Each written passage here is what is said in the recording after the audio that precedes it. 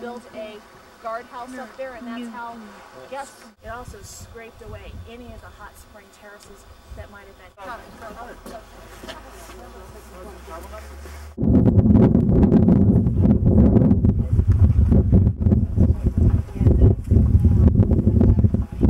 At school, when I had all those graphs with creosote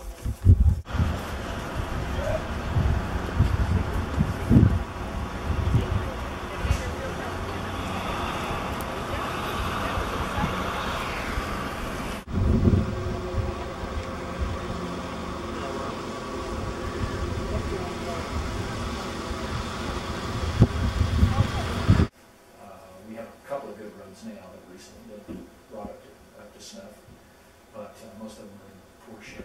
The infrastructure is badly deteriorating. We had a pipe backup the other day with raw sewage that came up into the archives.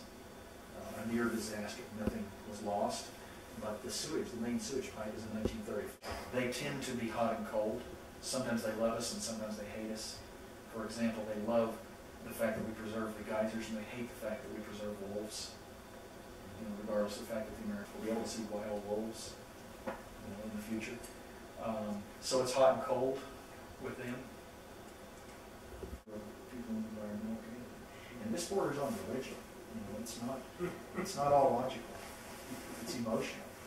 And you just or something and they have reproduced from there. Yes, that's more than they expected to have.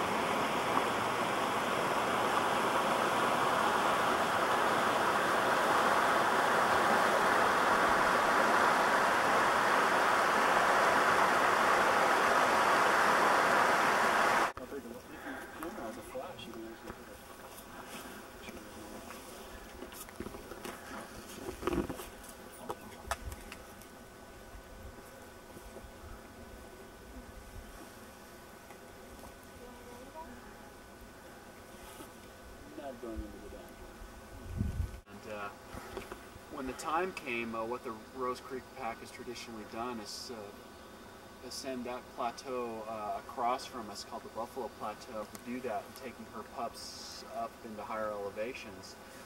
And 9 and her pups were stuck on this side of the valley and receiving fewer and fewer visits all the time from the rest of the pack. So her instincts were probably kind of split between the parental, the maternal instinct, and the social behavior of being with the pack. And she would constantly want to be with the pack, but she also needed to be with the pups.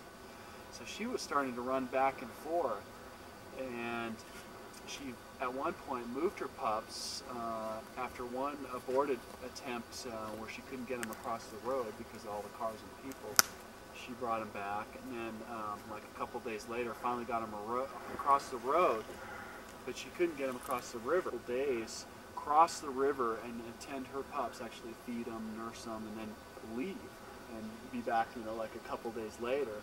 But it was just a rough existence for the pups. They were chased around by coyotes.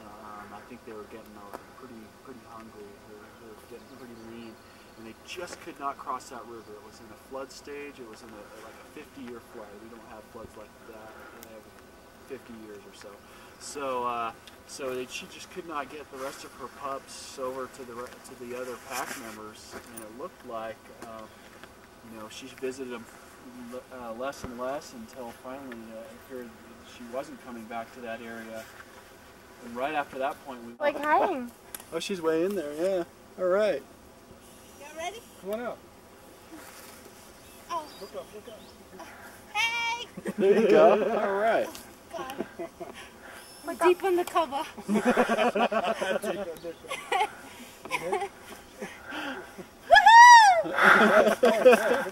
Very good.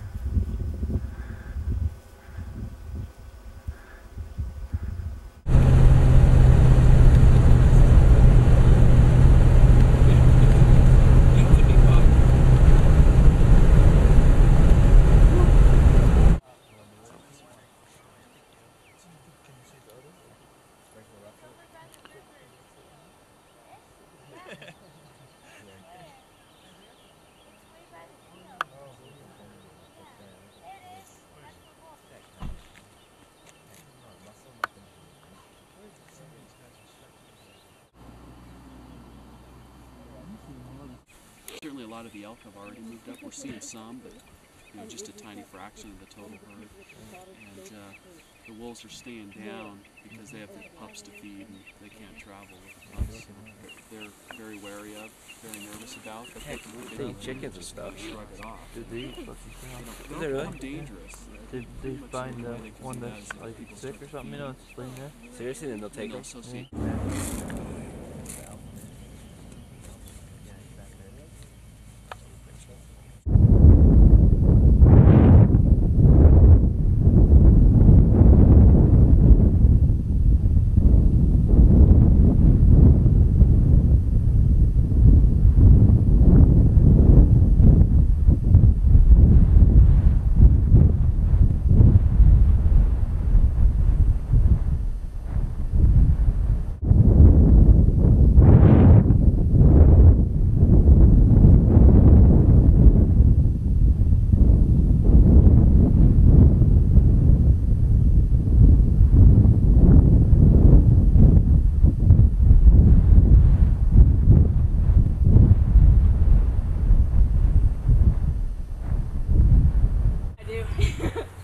From that last ride. It's not. Your horse is going to go in there first. It's not a good thing always. Okay, if your horse stops to eat grass, please extend your arm forward. Jerk your horse's head up. Quick jerk. So we have a fuel leak.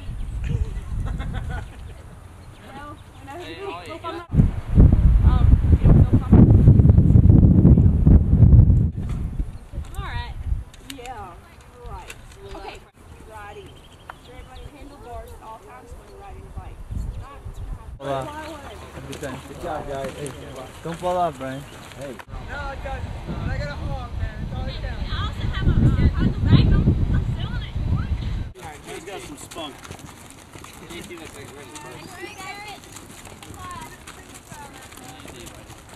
No, we're all friends here.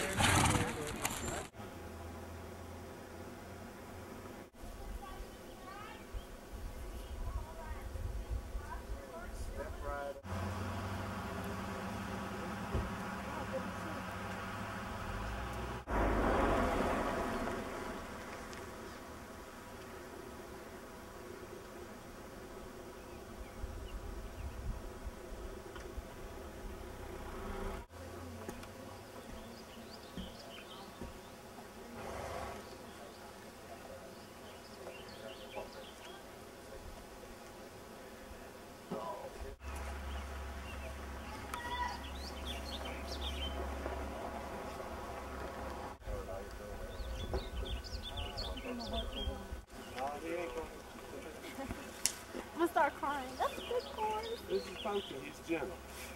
This is Come on, Jeff. All I need you to do is hold it for me. Oh,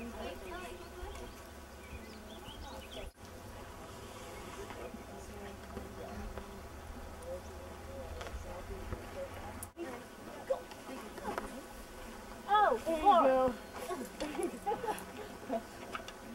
Where are you from?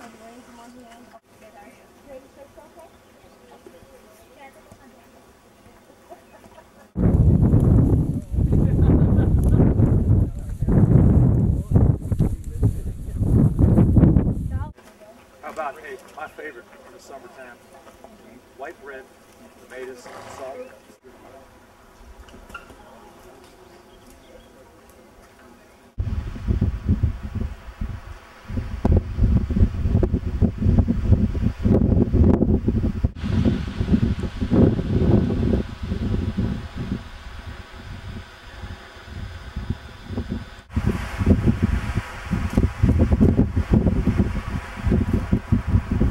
You don't have to do that. Just walk past. Take your time. It's a long way to go.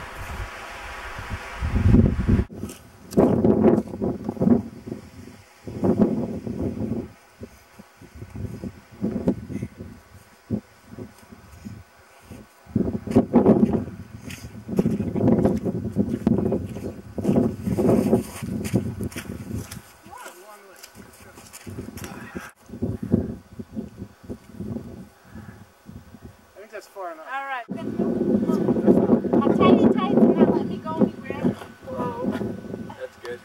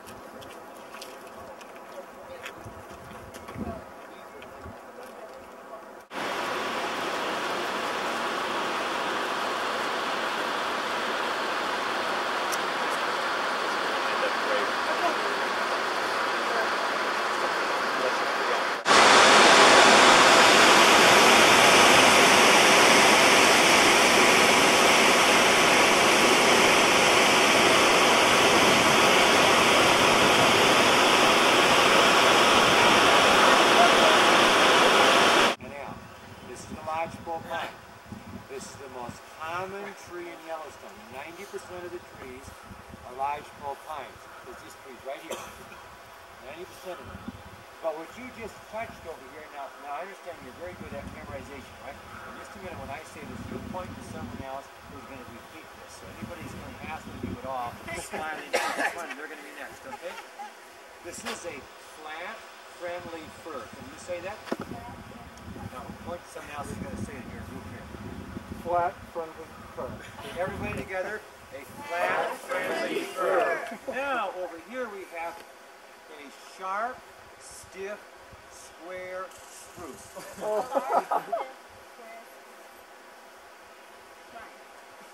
sharp, stiff, square spruce. Together, sharp, stiff, square spruce.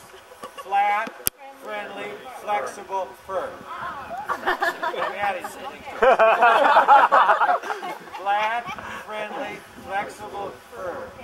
Sharp, stiff, square spruce. Okay? Now there's 4 trees. We just did 3 of them. The lodgepole pine, the spruce, and the fir. The other one is a white bark pine, and I'll show you that a little bit further down over there.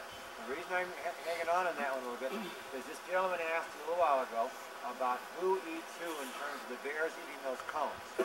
What the bears love to eat are the white bark pine cones. That is a major food source for them in the fall of the year. It's very, very high in fats, and up in the ridges over there is where you find it. Now the white bark is not real common here.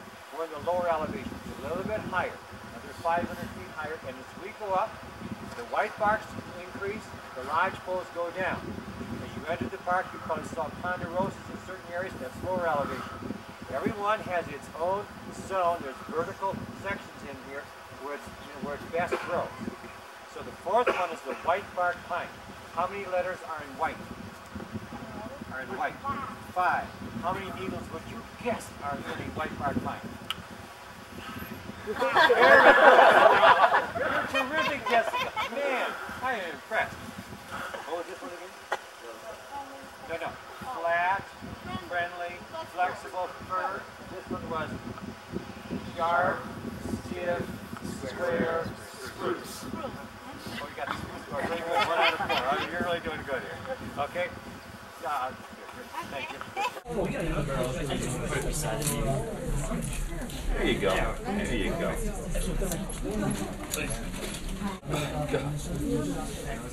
It's all good.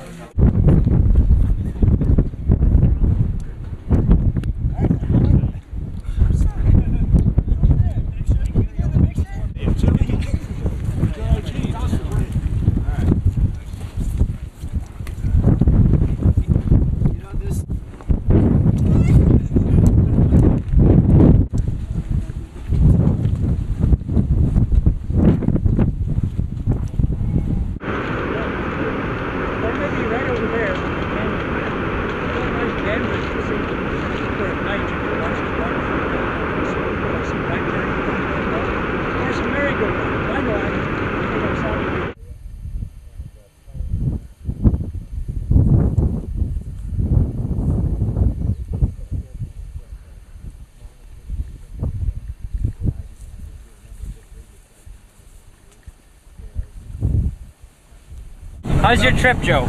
You know, it's been great. You've been wonderful to me, Craig. I mean, coming in the room at night, late, you know, it's been wonderful. But I mean, the other parts of the trip are too good. Hey, rooming with Joe is just wonderful. Sam? I hate rooming with Bill. What about the chipmunks? Chipmunks are good. But never mind. I mean, the squirrel rats? Squirrel rats. Squirrel rats? Brian?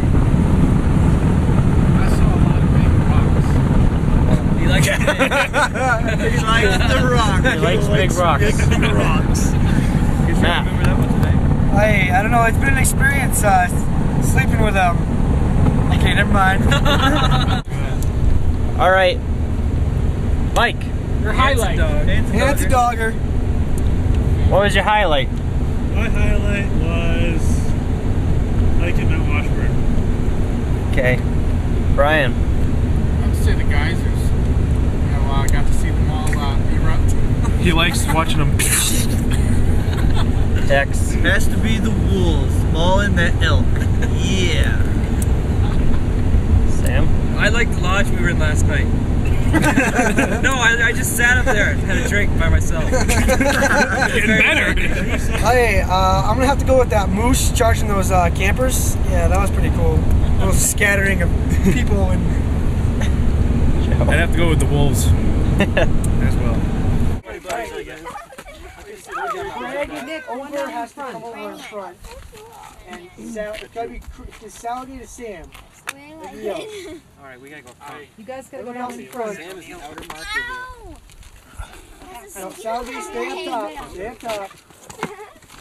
Oh, you will. Oh, don't you want to be in the picture? Oh, I'm coming. I'm Frank's coming. not gonna be in the picture. Frank's gonna be. Oh, sorry, dude. This one. Go ahead. Oh! There's some going in. You're gonna have to go down. Nick, no! Nick, get in. Frank, you dog. Okay, guys. Okay. One. So they're all ready to go. They should be. General down there. It went. Did it go? It went. I heard it. Just one? I don't know whose it is, but I did.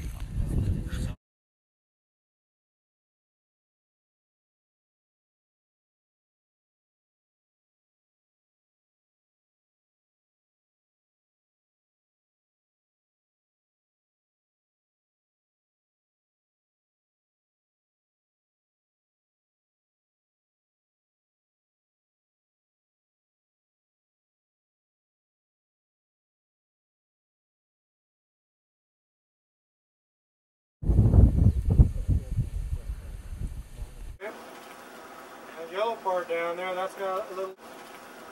That yellow part down there, that's got a little lead line in there. So essentially, you have this little curtain now. Okay, does that make sense? Mm-hmm. This curtain here, this is an 8-foot net. Okay, because it's 8 feet tall right here, and it just kind of floats out there like that. After a while, you might also catch some cutthroat, because what that square determines is how big of a fish you're going to get in there.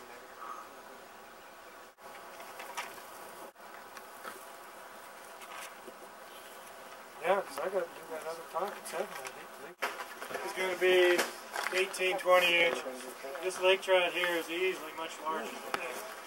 Okay. Now it's net on all the way around. It's like, no, wait a second, what happened here? So what happens is they'll get their head in there, and then that's just fresher. These other ones probably been sitting in the net for a couple of days, and they lost most of their coloration. Now this is actually typical, just like a brook trout, dark background with real light spots on it. Okay? So.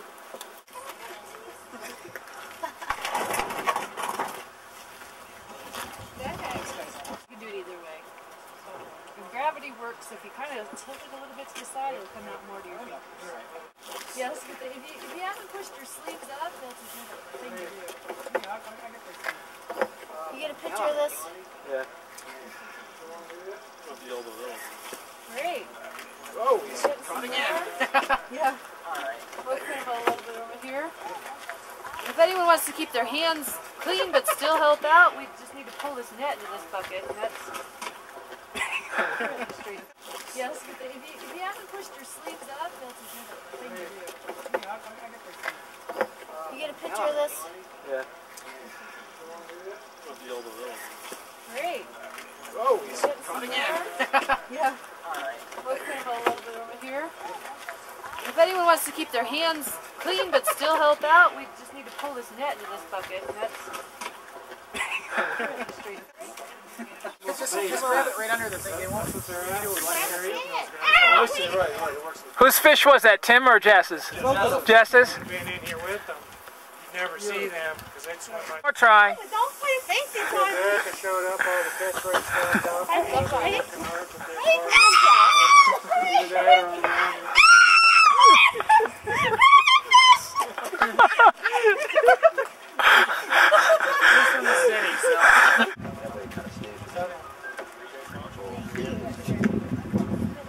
And then what we do is we store them, and then we can look under a microscope and figure out how old the fish is. Because and I'll show you how we do that. Do what? No, okay. All right. And we'll start a new shoot. And totally let's not do rolling disease for this one because we don't really do it for every fish. Why? They get scared. What's that? You're scary. You're scary. Down the corner of your nose, you just. 387. 387, I got that. Something came out. For the weight? Yep. You don't want to write it on that one.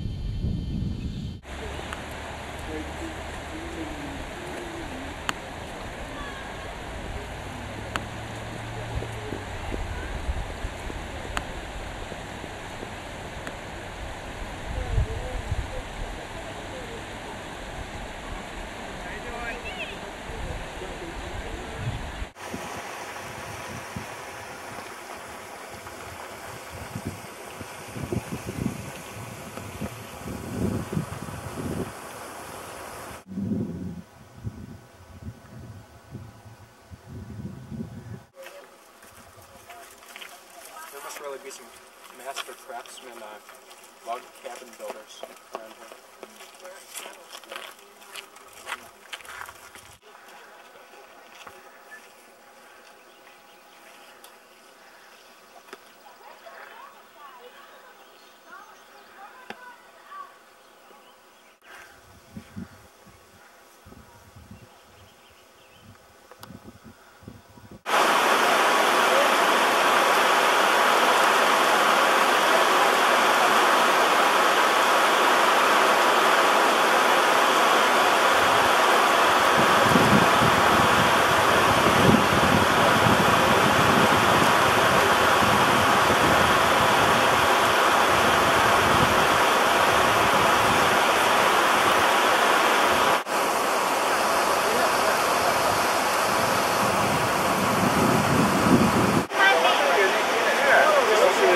no. Wait, let me get my...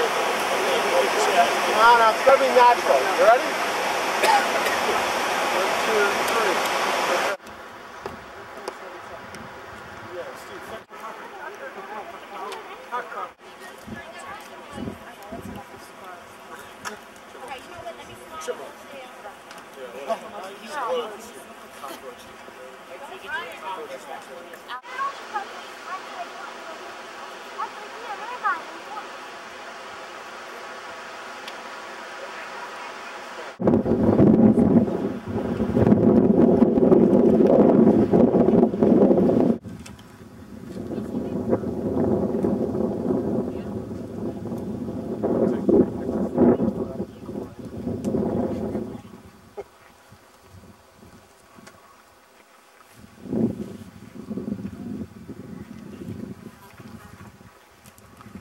I gotta go!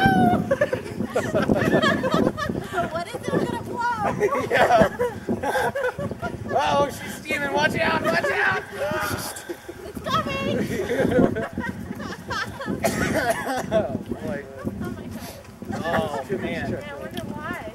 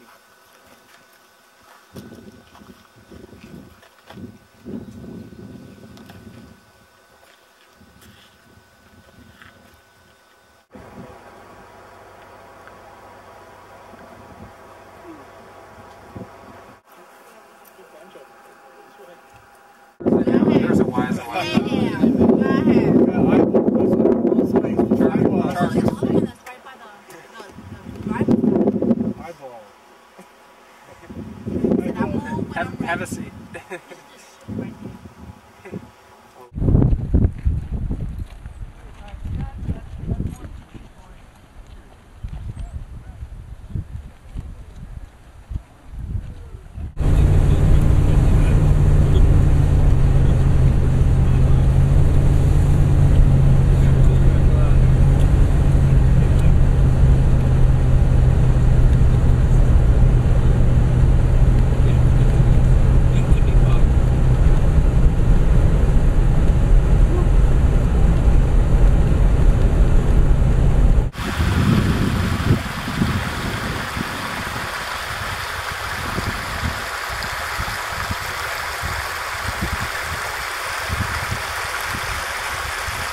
Watching the wolves go, I mean, granted, it probably would have got boring at some points, but just to sit there and watch the wolves do their thing, go out, come back, the carcass, then it was the alpha and the female that left. And it's interesting just to watch their behavior. Yeah, well, not so much that. If you see the wolf, you could look through the binoculars and see a light coming up every time the wolf would pull their head up. And it serves to tie everything, the elk you see grazing on the northern range, and then the wolves you see the packs that they bring in and all the money they spent. Kind of helps to tie everything together and give you a greater understanding of what goes on. Here it's actually hands-on. You see for a fact, like you read parts of it, you come out here and you see the whole thing working together. And that really gives you so much greater understanding of it. I mean, we tied the books we read all into one just by going to the ranger programs and actually seeing what's going on. The wolves and the wolves everything. Is really interesting. And like with the wolves or buck, you can read about how they interact with the ecosystem, but then coming out here and seeing them eating the elk and calf, and seeing how they react with the coyote and how they act as a pack, it makes it's home a little better because you actually see how it all reacts together. Well, you read the book and you get that knowledge, and you soon forget it until you get out here and experience it, and it all starts coming back when they talk about the fires and they talk about the wolves. You see how the bison react, and you hear them talking about brucellosis and Mona Montana and the slaughtering. You hear all that stuff from the ranger and see it for yourself, and it becomes true. Better picture in your mind of what's happening. Makes it a larger impact that you'll remember a lot longer than just reading the book. Okay.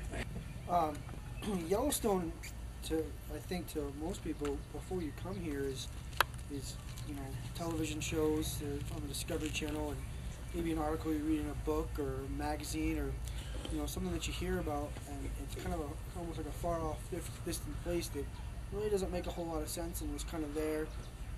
But when you come out here and you experience it, you look and you see, and you see what they saw, you know, 150 years ago when they first came to the area. It kind of puts into perspective that whole area of why they want to protect it and why you need to continue to learn. And you know, and there's other places. There's got to be other places besides just Yellowstone that you want to go see now, and that you're going to want to learn about, and you know, and put that into your little book of reality that you now have.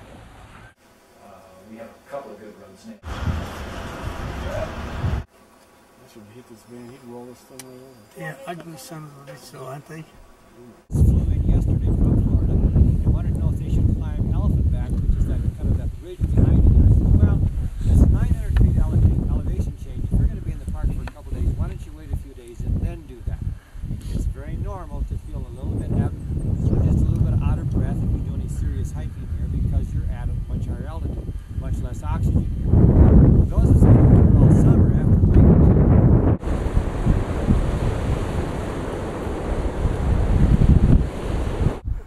I'm here in Hayden Valley in Yellowstone National Park, one of the areas where animals are very commonly seen. Behind me is bison, one of the most popular.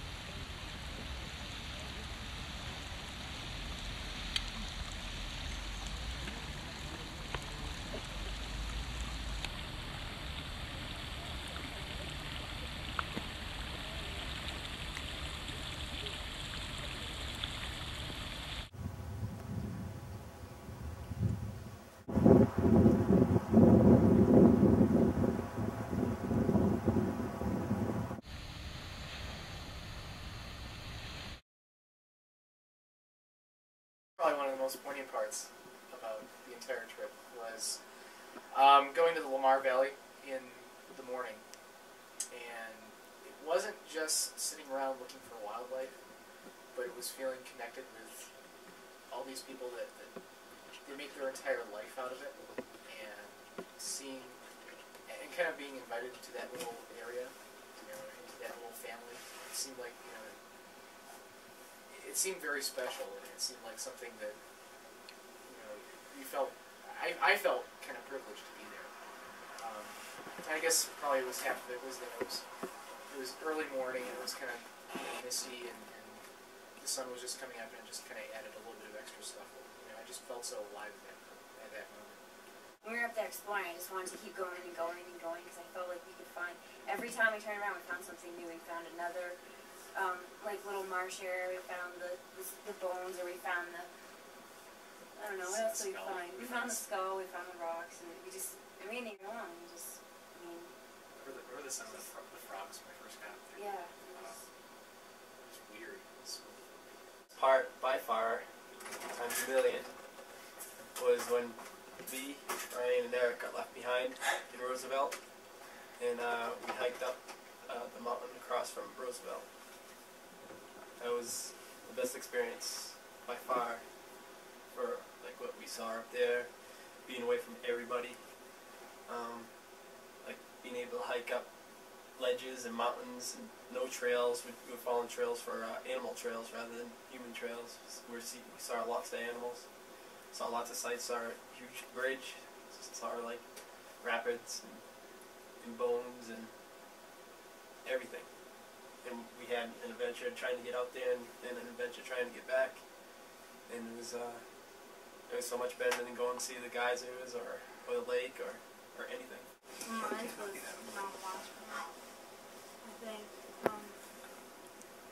I pushed myself to the limit with that one, and it was strenuous. I'd never been hiking before, and I pushed myself beyond what I actually thought I could do, and I was tired as heck, but I was able to make it. I was a slacker. I was always a slacker in the group, but I think it was a pretty good experience, something I'd never experienced before, something that I never thought I'd be able to do. And the fish. The fish, yeah. But, I think as listening from what everybody said, I know it sounds kind of philosophical and everything like that, but working together, it seemed like the times that we were working together as a team, hands-on, and doing things, and not that structure's bad, because we need structure, because if we didn't have structure, chances are, and I was saying this to Jess, chances are we wouldn't have seen everything that we could have seen, and in this whole week, so many experiences and so many sights that we've seen, and all very excellent sites and everything like that. But it seems like a lot of people like to work together as a team. The fishery was a big one. I think if we could have gotten out on a boat for some possible way, and actually drawing in the nets, being able to do the whole process, taking out the fish, straightening out the nets, bringing them back out there, doing some of the data, all right, you do this, you do that, and all breaking it up, I think it would have been even better.